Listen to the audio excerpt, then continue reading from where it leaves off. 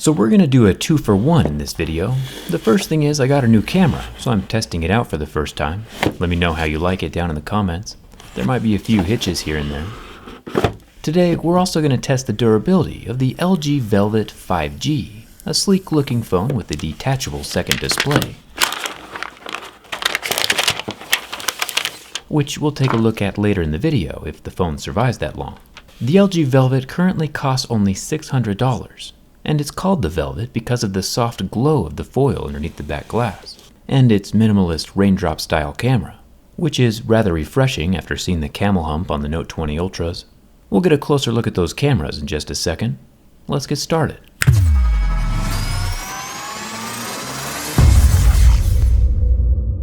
LG isn't playing that race to the largest camera bump game that Samsung and Apple are playing.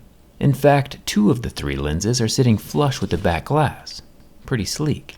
Samsung's over here looking like Pangea did 200 million years ago. Let's get on with the scratch test. You know how it goes. LG has been making smartphones for a really long time now. Kind of fallen off the radar here and there, but for the most part being pretty consistent. I think my brother is even using an LG phone. The curved glass screen of this Velvet scratches at a level 6 with deeper grooves at a level 7.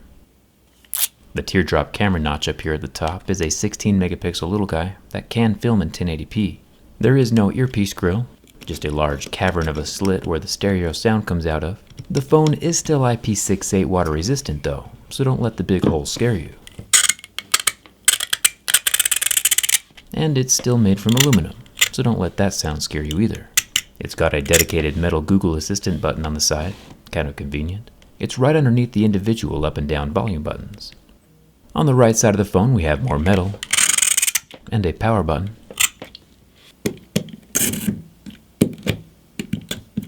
Up at the top we have some clear shipping protection so the phone doesn't rub inside of the box. And the SIM card tray has a slot for expandable memory. So far this guy's looking pretty good. And if we flip the phone around, wait a minute, could it be a headphone jack? The legend spoke of this relic, but it's been ages since I've seen one in person. I thought they were all extinct. LG has taken the tech from 2015 and 2020 and made an incredibly thin sandwich out of it, which makes me a bit nervous for the bin test. The main camera up top is a 48 megapixel, then we have the 5 megapixel depth camera, and an 8 megapixel ultra wide camera down at the bottom. Then the flash is right below that, finishing off the raindrop aesthetic with the decreasing circle sizes. It's a single colored flash. The Velvet does have wireless charging on the back side, and on the front side we have the POLED 6.8-inch 1080p display. It is on the large end of things, and lasts about 25 seconds under the heat from my lighter before going white. It does mostly recover at the end, but there is still permanent damage, which shows us once again that fire is indeed bad for cell phones. One thing that should be good for cell phones though is fingerprints. I don't have the best luck with these since I do stuff with my hands, so my fingers are either dirty, calloused, wet, or otherwise unpristine, and this LG Velvet just can't handle it. No matter how many fingers I try, there's still no success. Kind of unfortunate. The ultrasonic fingerprint sensor on my Note 10 Plus does a slightly better job, but it's still not perfect. The test that really matters though is the bin test. LG is still sitting on the antiquated thinner is better train and is only 7.9 millimeters thick. The Velvet is thinner than both the iPhone 11 and the Samsung Note 20 Ultra, and that thinness definitely shows itself off as flexiness in the bin test. With a few creaks and groans, the phone flexes from the back and the front, but locks out and doesn't sustain any permanent damage. The back glass does separate from the frame, but there's no cracks in the screen like we saw with the OnePlus Nord. I'm pretty happy with the LG Velvet. It's a Swiss Army knife of a smartphone for a relatively realistic price. And what makes it even more interesting is the accessory options. LG was pretty clever for offering a $200 dual screen case.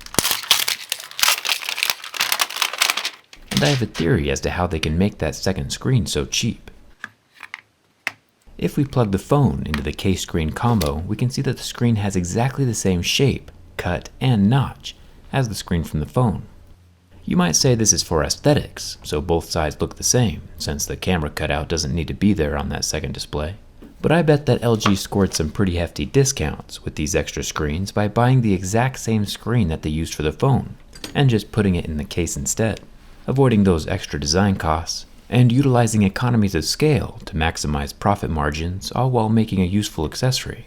LG is playing chess while the rest of the smartphone world is playing checkers. The second screen can multitask, like watching YouTube videos on one side while texting on the other, and the brightness control dims both screens at the same time. The whole body is made from plastic, so it can protect the phone, and it can fold all the way around backwards to get out of the way if you just want to use one screen. Let's see if my theory is correct though. I think this second screen can be removed and then plugged directly into the main phone, since it probably has the same Lego style connector. The main difference would be that the phone glass is curved and this extra screen glass is flat, but it would still be interesting to see if it works when we do that full teardown video. Removing the screen usually kills the screen, but this velvet second display has a thin bead of glue around the outside, and after some gentle persuasion with my heat and razor blade, I can get the screen to lift off in one piece. The long screen ribbon is hidden under the back side of this circuit board, but it's interesting to see that the screen has the exact same internal cutouts for the fingerprint scanner and front camera that the main phone probably has. So it looks so far like my theory is correct. No need to go through that R&D for the second screen when you can just reuse the first one. Once we pop out that blue circuit board, the screen can pull away. We'll try to install it on the phone during the actual teardown video. I'm impressed. There are a lot of features here for a $600 phone, and it's half the price of other flagships out there. And for only $200 more, we get a whole second screen. I hope Samsung and Apple are paying attention to this.